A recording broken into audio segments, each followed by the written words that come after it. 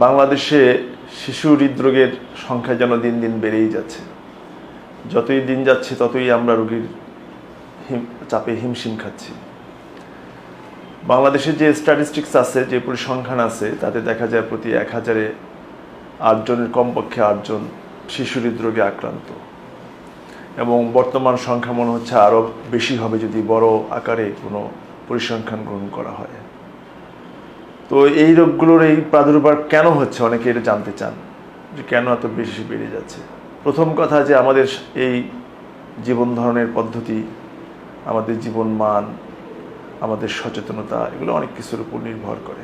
আজকে আমাদের আর্থসামাজিক প্রেক্ষাপটে খাবারের আমরা খাচ্ছি, কিন্তু সেই খাবারের একটা বিরাট অপুষ্টি একটা বিষয় আছে, যে বিশেষ করে যারা নিম্ন শ্রেণীর লোকজন অথবা আমরা যারা উচ্চ শ্রেণীর বলি বা নিম্ন মধ্যবিত্ত বলি, তারাও খাদ্যের মান সম্পর্কে সচেতন না।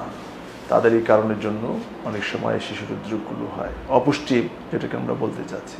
এছাড়া আরও অনেকগুলো কারণ, যেমন জন্মগত জিনগত কিছু সমস্যার কারণে কিছু অসুখ আছে যেগুলো জিনের মানসিক যে জেনেটিক্স যে বিষয়গুলো আছে, যেমন ডাউন সিনড্রোম, এইগুলোর সঙ্গে কিছু জন্মগত হৃদরোগে জড়িত। আমাদের অসচেতনতা, যেমন আমরা ওষুধ খাওয়ার ক্ষেত্রে কখনো ডাক্তারের পরামর্শ, সবসময় ডাক্তারের পরামর্শ নেই না। প্রায় সময় দেখা যায় যে আমরা ফার্মেসি থেকে অথবা কারো ওষুধ খেয়ে ভালো হয়ে গেছে সেইগুলো খেলাম। সেইগুলোর একটা ইফেক্ট এই শিশু যখন মায়ের পেটে বড় হতে থাকে, জন্ম নিতে থাকে, তখন তার উপর ইফেক্ট পড়ে এবং এই হৃদরোগের। এছাড়া বিভিন্ন ইনফেকশন, ভাইরাল ইনফেকশন, যেমন মামস, মিজেলস, এরকম ইনফেকশনের কারণের জন্য হয়। আবার কোনো সময় কোনো কারণ ছাড়া এমনিতেই হয়ে যায়, কারণ এটা একটা জটিল প্রক্রিয়া।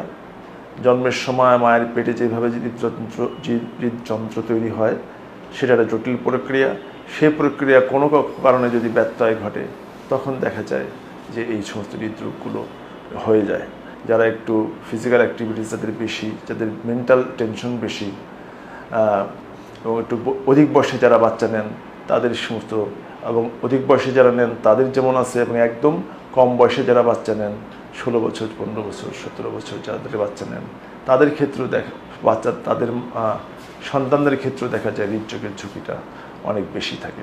তো এই হলে গিয়ে আমাদের কারণ, যেগুলো আমাদের দেশের জনগণকে যদি আমরা সচেতন করতে পারি, আমরা যদি তাদেরকে বলতে পারি, তাদেরকে খাবারের কথা বলতে পারি, ওষুধ সেবনের নিয়মকানুনগুলো মানতে বলি, তাহলে কিন্তু এই হৃদরোগের ঝুঁকিটা, জন্মগত হৃদরোগের ঝুঁকিটা অনেক কমে আসবে।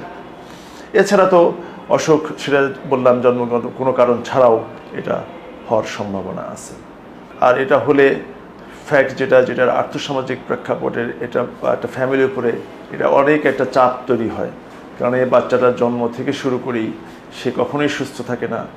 1-2 ফ্যামিলির 2-3 জন মানুষকে সবসময় এই রোগের পিছনেই ব্যয় করতে হয়, প্রায় সময় অসুস্থ থাকে, এবং একটা সকলের প্রত্যাশিত অনেক আদরের একটা সন্তান যখন আসে, তার জন্য সবাই সময় ব্যয় করতে চায়, কিন্তু লম্বা সময় যখন এই বাচ্চা অসুস্থ থাকে, সেটা সবার ফ্যামিলির উপরে একটা বিরাট বার্ডেন হিসেবে হয়। তো সেই জন্য বেসিক্যালি এটাকে প্রিভেন্ট করা দরকার, এবং অ্যাট দ্য সেম টাইম হয়ে গেলে তখন তার প্রিভেন্ট করার সুযোগ থাকবে না, তখন এটা চিকিৎসা ব্যবস্থাটাও করতে হবে।